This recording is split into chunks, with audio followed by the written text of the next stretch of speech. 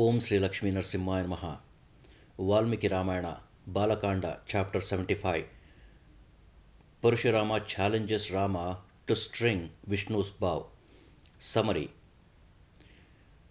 The visitor, Parashurama, narrates the legends of bows of Vishnu and Shiva to Rama. Unheedful of the request of Dashratha to spare his sons, Parashurama addresses Dashratha Rama directly and asks him to take an aim with the long bow of Vishnu. And if Dashratha Rama is capable to do so, Parashurama says that he will give a duel to him. Chapter 75 in detail. O valiant Rama of Dashratha, your valor is reported as sensational valor, and sensational is your smashing of Shiva's bow. Also thus, I have thoroughly heard about your other deeds like elimination of Tataka and others. That way, smashing of that particular bow of Shiva is extraordinary and even unimaginable. On hearing that alone, I happened upon you, bringing another outranking bow. This alone is that catastrophic bow received through sage Jamadagni. Flex it with an arrow on bowstring stretching up to your ear, and in that way show your capability. Thereby, on examining your strength in your taking aim with this bow, and should you be deservedly valorous, I will give you a combative duel. So said Parashurama to Dashratha Rama. On hearing that sentence of Bhargava Rama, that is, Lord Parashurama, then King Dashratha became a pitiable one, and with a downcast face and adjoining palms said this: Aren't you a Brahman with an inviolable asceticism, and whose rancor on Kshatriyas has calmed down long back? Why this hostility again? It will be apt of you to award protection to my sons, for they are yet youngsters. Aren't you from the bloodline of Bhargavas, who always conduct themselves in self-study of Vedas and self-principled ways? Haven't you readily discarded weapon wielding on your promise to thousand-eyed Indra? Such as you were, you on becoming a dedicatee to probity, haven't you given the planet Earth to Kashyapa, and haven't you repaired to forest, and haven't you flagged yourself on Mount Mahendra?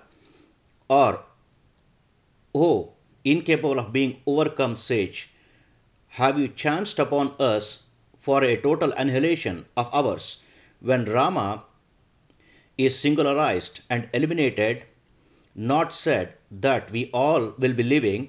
Thus Dashratha had gone on appealing in his love for his sons.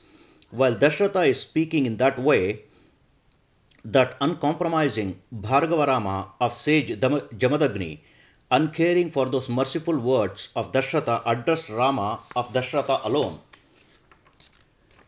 These are the two strong and sturdy unsurpassed long bows, well designed by gods and well crafted by Vishwakarma, the divine architect, and these are very important among all bows and well worshipped by all worlds. One that you have broken in Janaka's place, and the other in my hand, O best one among men. Out of the two long bows, gods gave one to restive Triambaka, that's God Shiva, for a combat with demon Tripura, and O Kakoshta, that bow alone is the annihilator of Tripura, the demon, and you have broken that alone. This is the second one, and the choicest gods gave this to Vishnu. Thereby this is named after him as Vishnu's bow. This is an indestructible and a fortress that commands a city, conquering long bow, and this is identical in its efficacy with Rudra's long bow. Once all the gods were asking the grandparent Brahma as to who is powerful and who is less powerful among the blue-throated Shiva and Vishnu. But the grandparent Brahma on guessing the intent of gods, started to create adversity among those two, Shiva and Vishnu. For the grandparent is the best adherer of truthfulness, as truth cannot be demonstrated on hearsay evidence. Owing to their animosity, there occurred a fierce and hair-raising war among Shiva and Vishnu, as each aspired victory for himself. But the hum sound of Vishnu, that ruinously overpowering long bow of Shiva, is broken, and the triple-eyed god Mahadeva is frozen. Then gods, along with the assemblage of sages and celestials, canars have come together and appealed to those two for peace in the matter of wielding authorities. And then those two superior gods, Shiva and Vishnu, went into a state of amity, that's peace and friendship. On seeing the bow of Shiva rendered inert, lacking the power to move, by the mettlesomeness, full vigor, and strength of spirit or temperament of Vishnu, from then on the gods, along with the assemblage of sages, deemed Vishnu to be the paramount. That celebrated Rudra, on his part, with anger has handed over that long bow which is already fitted with unloosened arrow to the sage king among the Vidya kings, namely Devaratha. O Rama, this alone is that enemy citadel conquering longbow of Vishnu, and Vishnu handed over this to sage Richika, the son of Bhrigu, as a trustworthy trust.